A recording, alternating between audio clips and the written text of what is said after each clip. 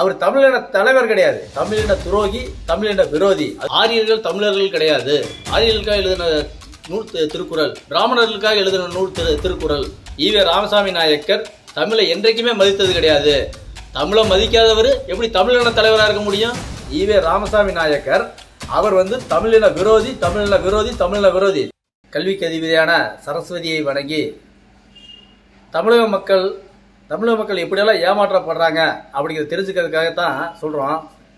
நம்ம ஈவே ராமசாமி நாயக்கரை தமிழின தலைவரா எல்லா அரசியல் கட்சிக்காரங்களும் அதை பிரகடனப்படுத்தி சொல்லிட்டே இருக்காங்க.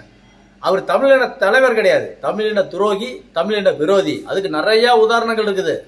அவரு பேசுனது தமிழை நல்லா படிச்சு தமிழை நல்லா பேசினா பிச்சைக்காரனா தான் வாழணும்னு சொன்னவர். வேலைக்காரிகிட்டையும் மனைவிகிட்டையும் இங்கிலீஷ்ல பேசு, ஆங்கிலத்துல பேசு, அப்பதான் நம்ம வளர்ச்சி அடைய முடியும் அப்படின்னு சொன்னவர். அவர் எப்படி தமிழின தலைவராக முடியும்?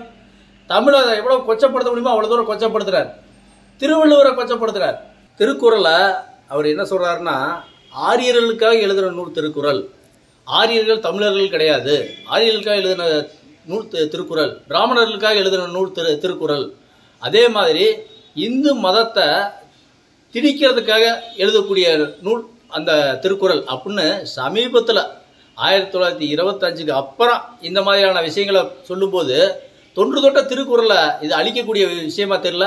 அவங்களுக்கு தமிழ் ஒரு கிள்ளுக்கிரையாக தான் இருந்துச்சு. ஈவே ராமசாமி நாயக்கர் தமிழை என்றைக்குமே மதித்தது கிடையாது. தமிழை மதிக்காதவர் எப்படி தமிழின தலைவராக இருக்க முடியும்? ஈவே ராமசாமி நாயக்கரை அவங்க உருவாக்குறாங்க தமிழின தலைவரா. தமிழக மக்கள் ஏமாந்துடாதீங்க.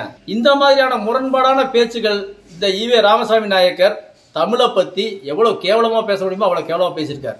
தான் ஒரு கன்னடன் சொல்றதுல நான் பெருமைப்படுறேன் அப்படின்னு சொன்னவர் எப்படி இந்த தமிழ்நாட்டுக்கு தலைவராக இருக்க முடியும்? இதை இந்த அரசியல் கட்சிக்காரங்களை என்ன பண்றாங்க, அப்படியே அவரை தமிழக தலைவராக கொண்டு ஏன்னா அவங்களுக்கு உதாரண புருஷர்கள் யாரும் கிடையாது.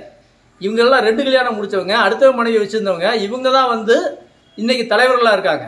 அவங்களுக்கு உதாரண புருஷர்களா யாரையுமே சொல்ல முடியாது. ராமனை ஏத்துக்க மாட்டாங்க. ஆனா ஈவே ராமசாமி நாயக்கரை பெரிய அளவுல பிரகடனப்படுத்தி அதன் மூலமா தமிழக மக்களை ஏமாத்தி அரசியல் பண்ணணும்னு நினைக்கிறாங்க. உண்மையாவே சொல்றோம், ஈவே ராமசாமி நாயக்கரை நாம பெரியார்னு கூப்பிடக்கூடாது. ஈவே ராமசாமி நாயக்கர் அவர் தமிழின விரோதி, தமிழின விரோதி, தமிழின விரோதி. தமிழக மக்கள் இதை முழுமையா புரிஞ்சுக்கிட்டு வருங்காலத்துல ஈவே ராமசாமி நாயக்கரை நம்மளுடைய குழந்தைகளுக்கு அவருடைய உண்மை நிலையை எடுத்து சொல்லி அவர் தமிழின துரோகி அப்படிங்கிறத நாம நிரூபிக்கணும். நன்றி, வணக்கம்.